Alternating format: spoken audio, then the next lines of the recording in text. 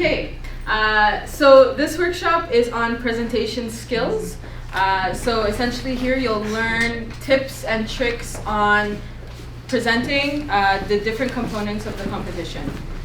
So there's 3: robot design, robot construction, and kiosk. We'll also give you a few tips on presentation in general. So, agenda, really quickly, the attributes of a successful presentation, and then we'll go through the 3 different presentations that you'll be doing, and a few final wrap-up words. I just have a quick question. Is anybody here that wasn't here for the first presentation? Are you guys new? Also, language-wise, is English you guys okay in English, or is it in French? Simplifié, tu es avoir des mots en français ou c'est correct? Parce qu'on peut faire des mots en français si vous voulez. Okay, I guess we'll do it in English, and if there's any French questions, we will answer them in French. Okay, so we'll go through basically the 10 tips similar to what we did in the previous workshop. Tip number 1, connect with your audience. So obviously it's pretty hard to connect with somebody if you're nervous and focusing on the fact that you're nervous. So the most important thing to do to connect with your audience would be letting your passion shine through, because I can say for pretty much all of you, robotics is going to be some sort of an extracurricular activity. So there should be some sort of passion there, because you're not getting paid and you're not getting tested on it. So let that passion show through. If you're passionate about art and you're doing kiosk, if you're passionate about your robot and you're doing a presentation for robot design, let people see that, because that's what they're going to respond to. Be enthusiastic, be honest about what you're doing, and the audience will respond. And don't be afraid to make mistakes, because making mistakes is human. We all understand. The people who are judging you or listening to your presentation, they've been on that other side. They understand that it's normal to be a bit nervous, so keep that in mind. Okay. Tip number 2 is to focus on your audience. So don't talk to the floor and don't talk to the ceiling. Talk to the people who are in front of you. Essentially, you also need to take into consideration who your audience is. So in this case, it's fairly simple. It's judges. It's people who are there to evaluate your progress and your submission, quote unquote, at the competition. So just keep that in mind. Keep in mind that some of them, especially in the finals, may not have participated in CRC. So especially in the finals, they are experts in their field and not necessarily past CRC participants. Although they will be briefed on the competition and what it entails and what they should be looking for in a presentation, just keep that in mind and make sure you build your presentation around that. And also, you'll see in the evaluation criteria what you need to tell the judges. So just make sure you respond to that criteria, because if you miss one and then you're not in the finals, for example,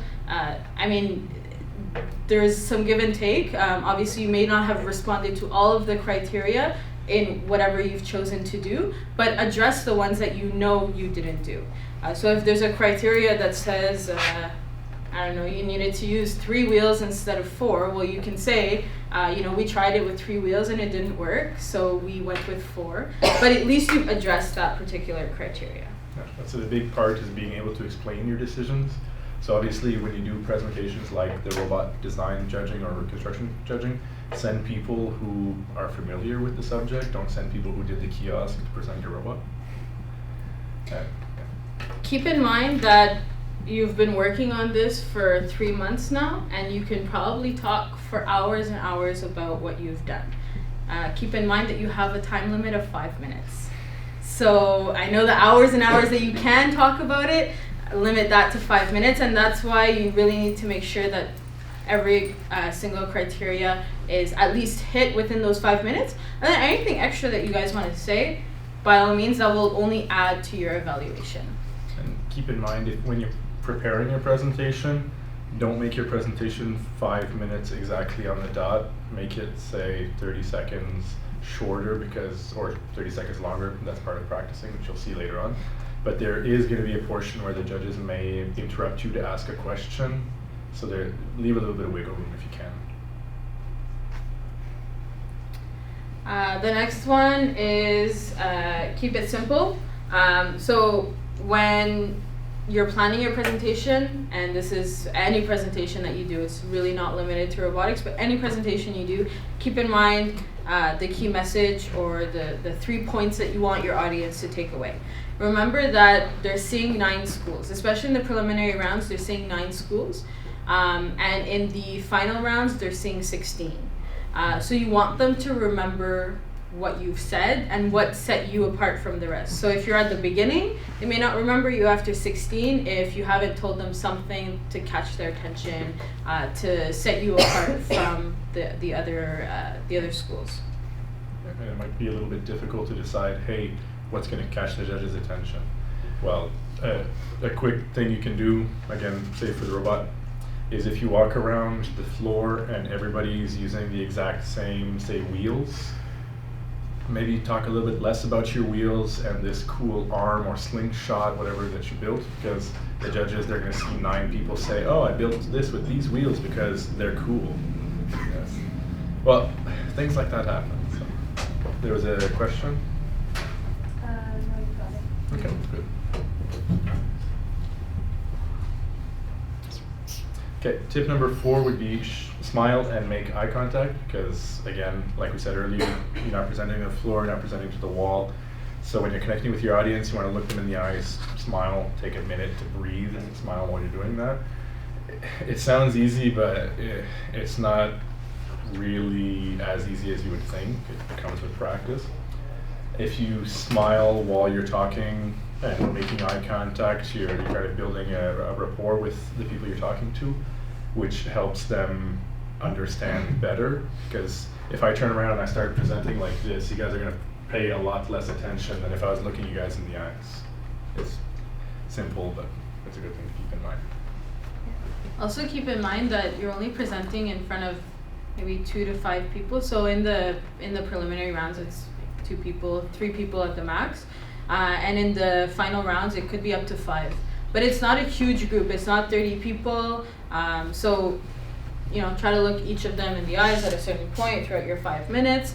And it may actually help you be less nervous, the fact that there's only 2. It's not a huge mass of people that are going to ask questions or whatnot afterwards. And keep in mind the people that you are presenting to, they are experts or people who are qualified to be judging you. So you have a passion for what you're presenting, and there's a good chance that they do too. So you're not presenting to a wall. They will be engaged with what you're talking about. They will want to learn more. You had a question again?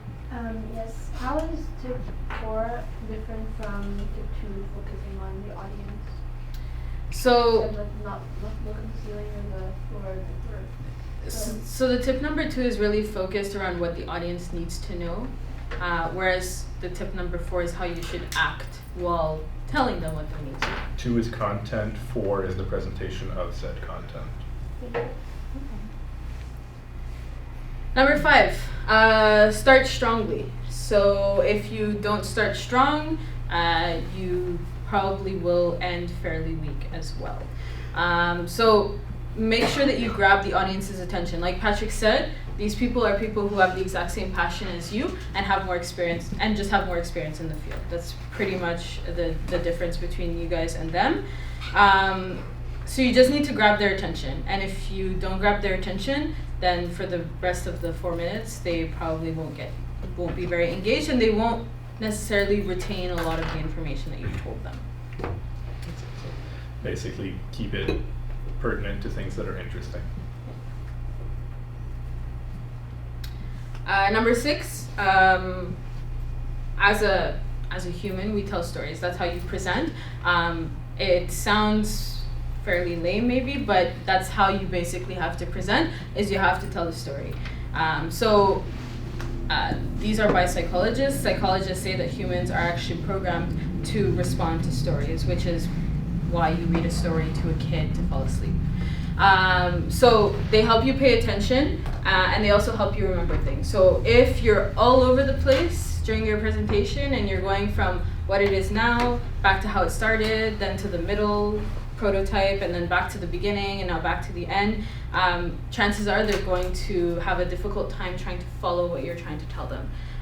So in a way, and again, you'll see this in the specific presentations, but always start from the beginning and move towards the end. So that you're actually telling a story and the journey that you've been through. So in the rule book, it always states, this is a journey, make it sound like a journey when you're presenting. All right, so next thing is using your voice effectively, because if you're, especially for say the finals of judging, usually for the kiosk, you're going to be in a very crowded space. There's going to be a lot of noise, things happening. So using your voice effectively to reach the people you're talking to is very important. If I'm talking like this, you don't hear me very well. So make sure you project your voice, keep your chin up when you're talking. That'll help them hear you better. Vary the speed as well, because if you're just talking monotone, they're going to lose interest, they're going to get bored. So changing the speed, the pitch, time here and that's where your passion will come in, because naturally if you're passionate, you'll have a tendency to speed up, slow down, change pitch, things like that. And it'll make it more interesting for people to listen to, because the same monotone sound after 5 minutes is pretty boring. Yeah, and one tip also that I've used in the competitions that I've participated in is to actually bring the judges into your kiosk, especially if you have walls, it blocks a lot of the sound. So, I mean, you shouldn't actually be lingering in the aisles anyway, that's one of the rules.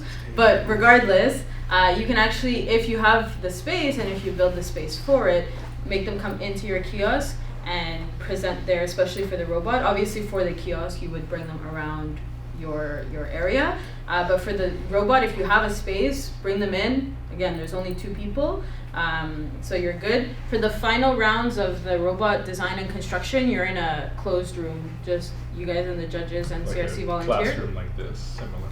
So there won't be any sound, but for the preliminary rounds, if you feel that there's a lot of noise around you and you're not able to concentrate, because even us as humans, we're easily distracted. If someone's doing something and I see it out of my peripheral vision, I'll have a tendency to kind of look over, and then you, especially if you're within your 5 minutes, you lose track of what you wanted to say, and then you're stuttering. Yeah. For the robot construction design finals, is the robot going to need to go upstairs again? Because I remember last time I was at Penn, you had to go upstairs. I don't know exactly where the rooms are going to be. They're going to be upstairs. But there are no main floor rooms. There only there's one or two. All the floor is gym in this building. Everything classroom related is upstairs. I believe that there is an elevator. There is an elevator. Not Is- accessible to students. But last time it was. It is going to be usable, but the elevator dimensions are not. They're very tight. large. It's like Okay. single or 2 people Raising elevators. one from Yeah, the I sports remember complex. last time someone the couldn't auditorium go in area, the right? elevator. Yeah, that's it. And also when you're presenting, don't be afraid to stop and ask, hey, do you guys understand? Or hey, do you guys hear me clearly? They're not going to penalize you for asking, and it could make a huge difference in them fully understanding or not.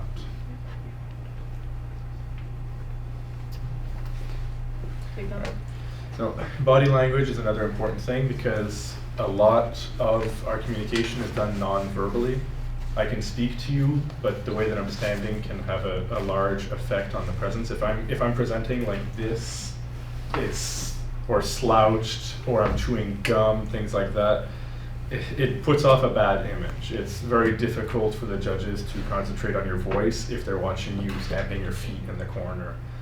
It means that it can affect your tone of voice as well, especially if you're slouching, and your body language can really affect how you're getting that message across, both just verbally and non-verbally.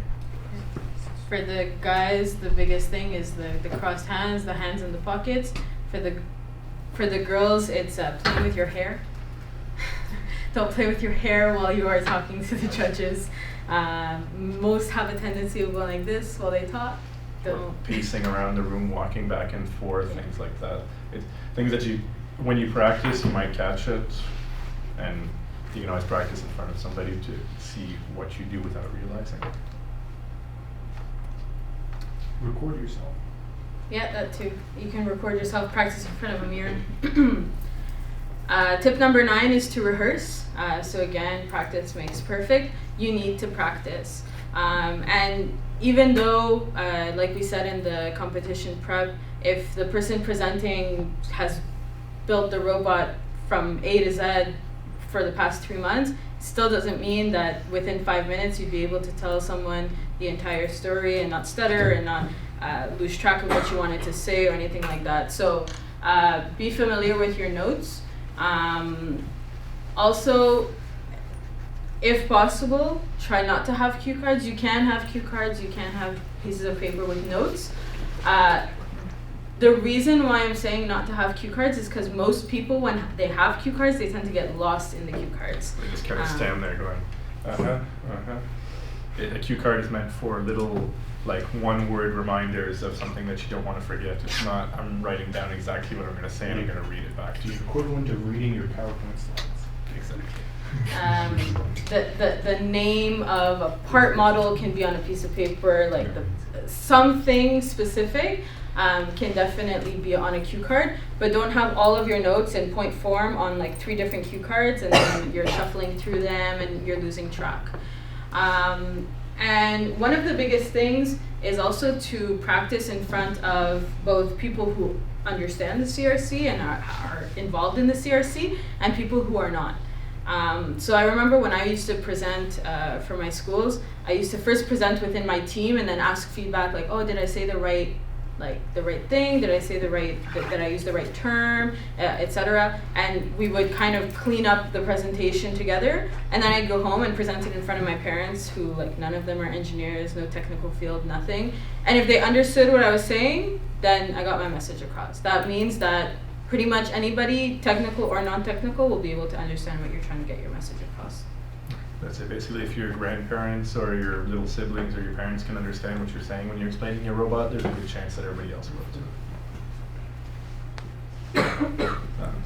Lastly, you don't forget to relax, breathe, and enjoy what you're doing, because again, you are passionate about the topic and you are at the competition at the end of the day to have fun.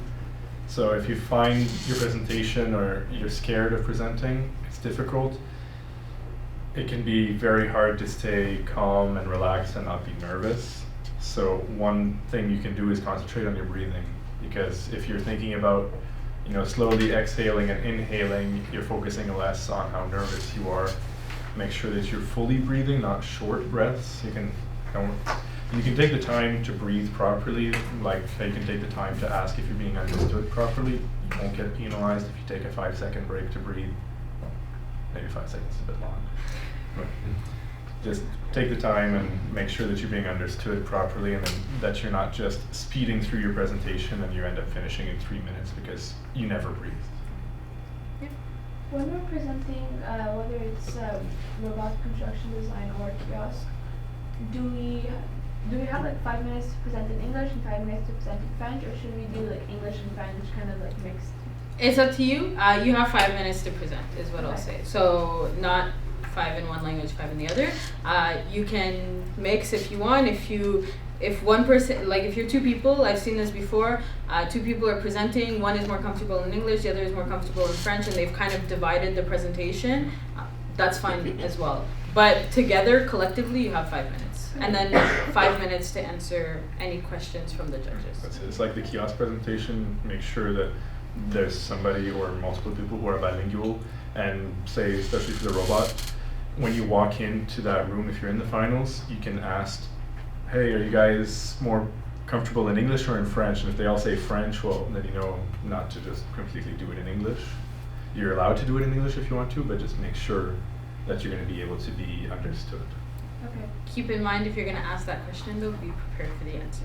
Yeah. So if you go in there and you're 2 Anglophones that can't speak French, and you say, hey, what language do you prefer? And they say French. So run away. Just, if you're going to ask that question, it's a really great question to ask, but if you're going to ask it, make sure you feel comfortable, or at least that you have someone that you can divide 50-50 in that question. So when you're presenting, is there like a certain penalization that happens after like the 5 minutes, or does that time, like let's just say you talk for like 6 minutes, does that extra 1 minute like dig into like the question period? You'll be stopped at 5 minutes. One of the judges will have a timer, and at 5, I think they'll give you, usually they give you a 30-second or 15-second heads up.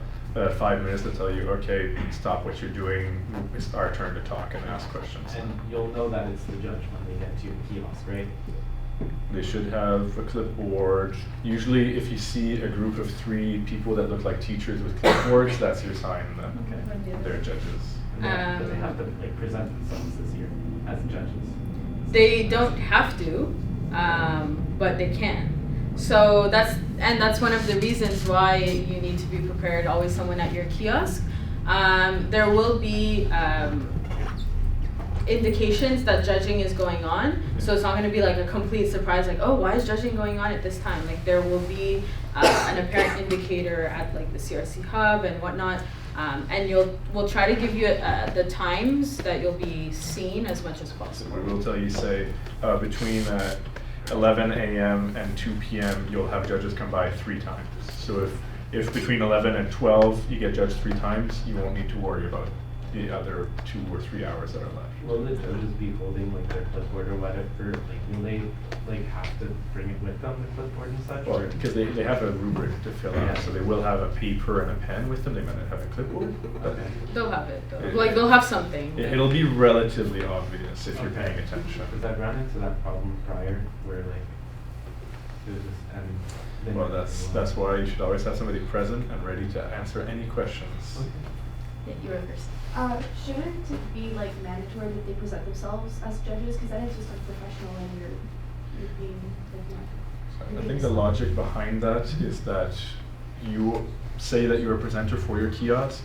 You are there to present your school, present yourself, and present your theme. If we tell you, okay, a judge is coming at 10, a judge is coming at 12, a judge is coming at 1, between those times, there's a good chance that you'll go, oh, well, I don't need to be here, and you'll just walk away. So like this, you're active and you're communicating, and it's a lot more enjoyable for the people walking around. Because if the people walking around, if you aren't thinking in the back of your head, oh, that might be a judge, you might all be sitting on the floor on your phones. It's just to keep it engaging. And some might present themselves. Yeah. Usually they're pretty nice about that. They'll go, hey, by the way, I'm a judge. Yeah, I'm guessing they'll have a lanyard to Yeah. the clipboard. Right. If they look like your teachers and they're not your teachers, there's a good chance that they're a judge. I remember last time I was at Vanier, there was a whole thing about people doing a project and they all came into the gym with clipboards and no one knew if they were judges or not. Yeah, If the that French- happens, will we be notified? The French program you kind gotta of be rolled ready. in without any Yeah. indication last time they were here. Yeah, it was like a mini field They trip. asked us Maybe questions it's and they had January. clipboards and we didn't know if they were judges and we got really confused. We'll manage that for sure. We weren't aware last time. So we'll definitely manage that. But yeah, the only people coming around with clipboards should be either like CRC or like judges. There's like let's say. 60 people that just walked in with clipboards asking people questions. So like Mr. Peters said, usually they have some sort of a name tag or something on a lanyard that'll say CRC. Or, if it's a bunch of 15, 16-year-olds, and then you just see a few groups of 30-year-olds, always be prepared though. What was the French department asking? Oh, it was essentially they decided to roll there was about 60 students. Like the French department had a project oh, what was your inspiration for the key? Asking what a judge would ask. Mhm. So it became It's like when you used to when they would bring you to presentations and then give you Oh, yeah. here's 3 points to write down. It's the same type of thing, like a mini field trip, just because the teacher wanted to do stuff. It's a good thing though, it's a good practice. It is good practice. Maybe Take advantage of for a it. judge. Don't be afraid to talk to people and ask them, hey, am I being clear? Do you understand what I'm talking about? Do you have any other questions? Things like that. So keep in mind that you'll have 5 minutes to present, and the question and answer period is also 5 minutes. So even the judges will be cut off at 5 minutes. They can't keep asking you questions for. Don't be afraid to use your forever. timers. So that brings us to the end of the tips. We'll have specific items on the presentations now. Any questions on the tips, tricks? Any questions in general? Really thin. Are there any other questions before we begin the other section of the presentation? No? All right, presentation on presentations it is. Okay, so the next little bit will be really specific to kiosk, robot design, and robot construction. Kiosk, it's your time to be creative and interactive. Basically, that's what the kiosk is there for. It's an indication of your creativity, and it's a display of that as well. The first point, as in all your points, is to present your school name. It sounds a little silly. It literally takes 2 seconds out of the 5 minutes that you have. So do that, and at least the judges will know that they're at the right school. Yep. Sorry to interrupt you. Does the school name need to be bilingual? No, to present. No, you can present in whatever language you want. So. Like the sign itself, because each team is supposed to have a sign for their school. Is it supposed to be bilingual, or can it be in English? It can be your school name, like if it's Lake of However it Toronto. usually is. Explain your theme and how/why you chose it. So if you don't have a theme, that's fine. It's not mandatory to have a theme, although many of our teams in the past have had themes. So just explain what it is. Sometimes it's very evident and sometimes it's not. So telling the judges exactly what your theme is may make them understand the rest of your presentation. Also, showcase your kiosk. So it is your time to shine in your kiosk. Bring them through the kiosk. So start at like one end of the kiosk and kind of like bring them through. Make sure that during the kiosk period, although it should be all the time, but during the kiosk evaluation period specifically, that your kiosk is clean and neat, so that you can actually walk within it and you're not stepping over jackets. Pro tip, buy a $5 broom and keep it in your kiosk. That too. And one of the specific evaluation criteria in the kiosk is to prove that it's a functional workspace. So although the kiosk is supposed to be creative and out there, it also is the thing that houses your robot for 3 days, while you're playing, while you're not playing, etc. So make sure you prove that to the judges. Make sure you show them, like, this is our workspace, like this is the creative aspect, and this is our workspace, and this is why we built it this way. We can put people here, and the robot can be here, and we have all of our tools here. So make sure that you kind of present that aspect. And speaking of the workspace, don't forget that if you are caught working on your robot outside of your kiosk, like say sticking 2 feet out. Kiosk, or there's going to be robot work zones next to the Yes. practice field. Yes. That's it. If you are not in either of those zones, you will be penalized. Just heads up. Any questions about the kiosk? Yep. Are we allowed to put adhesives on the floor in our kiosk? If they can, If they no. can, like, No. like tape. Adhesives on the floor. They cannot Tape. rip the carpets It that can't are. damage. They cannot any damage the residue. carpets. I believe the carpets are rented, right? No, Yeah. they're Well, they're canvas oh. carpets. Yeah, that's it. So Oh, okay. They cannot have any visible damage. Use your best judgment, but basically, if you can avoid it, don't. So if I could recommend a tape to you, gaff tape is extremely good at being removed without leaving Yeah. marks and is quite sturdy. That's Okay. it. Masking So tape would work gaffer as well, tape. but it's less sticky. That's fine. Let's just say you have a wired key, like your kiosk is wired in a hypothetical. Wired in what sense? You Like have like- electrical power. Like you have an electrical system. Yes, you have electricity running in the walls and you In a have to plug it. hypothetical situation where you have an electrical system throughout the walls, would that be a point of discussion with the judges? The judges, not necessarily. With the person doing the kiosk certification, yes. You have to prove that it was well done. Cool. Did you know what the gauge would be on the wires? The general house wiring would be 12 and 0 gauge. It's whatever you find at your local Rona, 12 gauge, 3-wire, make sure it's grounded. You can go bigger if you want, but anything smaller than 14 is not recommended. And hard wire, copper if you can, aluminum is bad. Anything else on the kiosk? Another point that I see some schools forget is, along with your school name, keep in mind where your school is, because some judges may say, oh, I've never heard of that school, where is it? And if you aren't able to explain, oh, we're on the North Shore or the South Shore, it's a bit of an awkward question. Just one other thing on the kiosk, so one thing that's been a fad lately has been to build your kiosk with a closing back room to work on your robot. That should be presentable, or else you're presenting like half of the kiosk. Yeah, a 6 by 12 instead of a 12 by 12 per se. Make sure you can fully walk around. So if your team is in panic mode and fixing your robot and the judges arrive, make sure that you are prepared for that scenario where you can either quickly clean up and make it look organized, or have your team work in that designated robot work area. But basically at any point you should be ready to be judged, and your kiosk, even just as a safety point, should be clean, because if we see that it's not clean and it's getting dangerous, we will tell you to clean your kiosk, whether you're working on your robot or not. Good. Okay.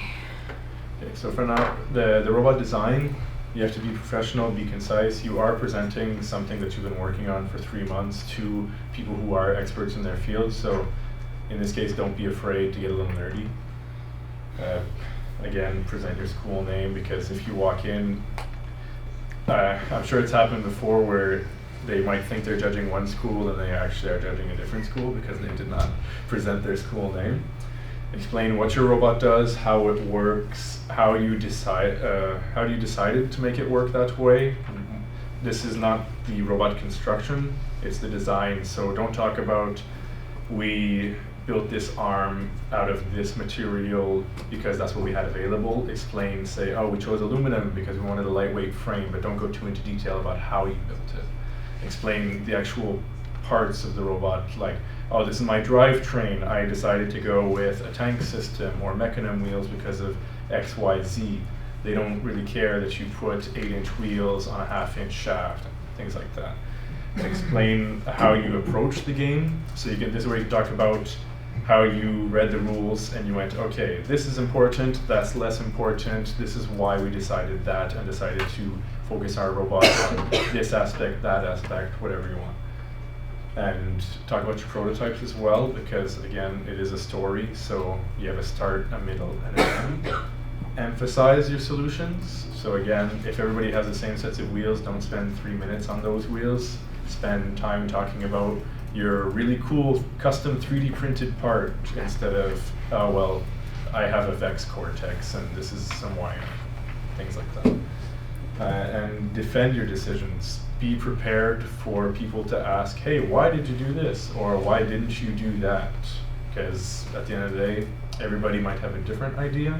So it's a good idea to, like we said, go over your presentation with people, say people that weren't there when they designed the robot, because they'll be the most likely people to ask, hey, why didn't you do that? So defend your reasoning, answer confidently, you should be okay. Yeah. Also, one thing for both robot design and robot construction, bring your prototypes if you can to the competition and show them off during your 5 minutes. If they're fairly small pieces, you can actually give it to them while you're speaking. Like, here's our first prototype, and they can like look at it while you're speaking. It's also really good for them to see kind of how it evolved, because it'll show the maturity of your team as well, to say, okay, we started with this because we thought it was the best idea when we looked at YouTube videos on how to hit a push button, and then once we tested it, we realized it actually didn't work, and so we looked at more YouTube videos and decided to build this one. So it'll really show kind of the evolution of what you've decided to do. And similar to what we said in the competition prep, make sure that you have strategies that you're going to play with, and you can also bring those to the robot design. That kind of fits into why you've designed your robot that specific way. And also, don't be afraid to talk about what went wrong, because honestly, a lot of the time that's the more interesting aspect is, oh, well, we messed up on this and this is how we fixed it. Because the judges, for the most part, they don't want to see, oh, well, we're perfect and we built this once and it worked perfectly out of the box. It can happen to you. They won't be mad. But if you failed, don't be afraid to say it. Really the biggest thing is to focus on how you built it to play the game. Story. Any questions on robot design? Robot construction is almost the same in terms of what you need to be in terms of your behavior. So be professional, be concise. Again, present your school name. And this is the presentation where you will show what the robot does, how it was built, specifically what materials you used, and why you used it. And basically, you're trying to prove that your robot is efficient. So not that you have a bunch of metal all over your robot. It's, well, I don't have a lot, but like it was strategically placed to play the game and to get to an end goal. Like one example would be a few years ago there was a game where the robots needed to be fairly strong, fairly robust, and needed to have a very strong drivetrain to go up a hill. Well, to explain that to the judges, my team, we said, oh, well, when we built this, we were able to stand 3 people my size on the robot and still drive it around. And we physically stood on the robot and we drove it around while we were talking to them. So that's the type of things that if you can physically show the judges in this phase parts that are cool about your robot, it's always more interesting and engaging for them.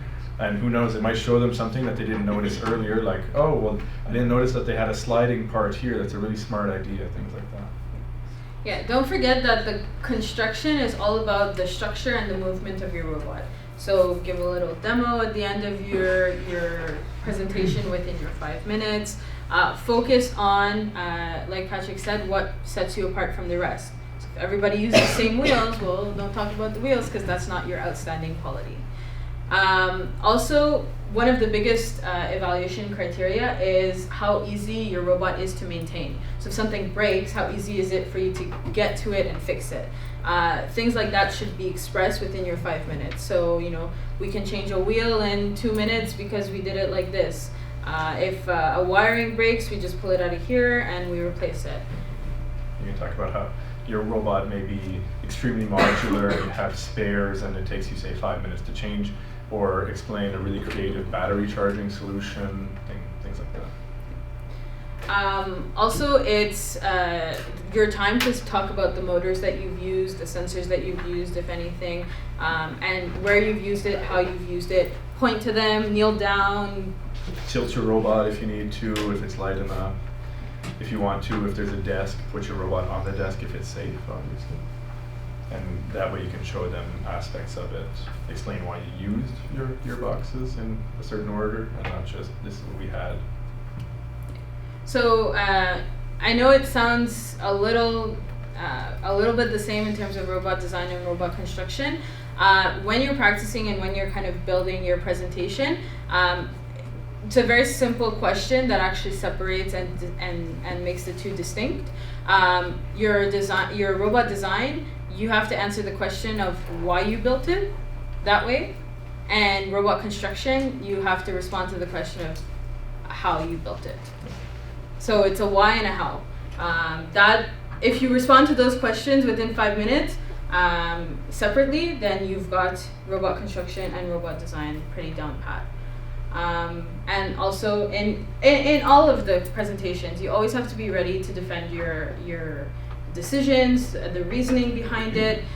Some might challenge you and be like, oh, but I just went to see a school that did it this way. And you'd be like, well, we tried it that way and it didn't work for us. Or we thought it would be better to focus on this aspect instead of this.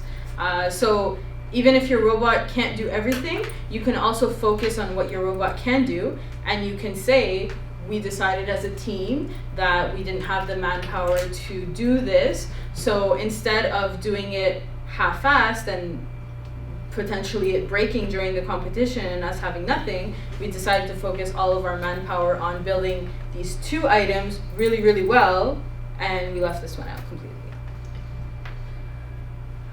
Any questions on robot construction? Any questions in general? No? So we're gonna keep saying it and keep saying it. Enjoy the experience. It's not a test. You don't get graded. This doesn't go towards your graduating of high school and CEGEP. It's an extracurricular activity that you obviously have all chosen to be a part of. So enjoy it. Make sure you use your skills to the most. Like I said, practice in front of friends, in front of family, people who are part of robotics, who have been part of robotics, and people who are not part of robotics at all. And if you can get your message across, you're pretty good. Yep. Thank you very much for these workshops. They're really helpful. Oh, thank you. It's our pleasure, and we'll keep doing more as the years progress. And if you have any suggestions as to workshops that you'd like to see, or workshops that we've done that like didn't really work too well for you guys, you can also send us an email and just let us know what you At think. the end of the day, we are doing this for you, so the more input that we have from you, the better we can make it. Because we all have, between the whole team, we have a lot of experience in various fields, so whatever questions you may have, we might just be able to answer that. Will there be a video workshop? There was a video workshop.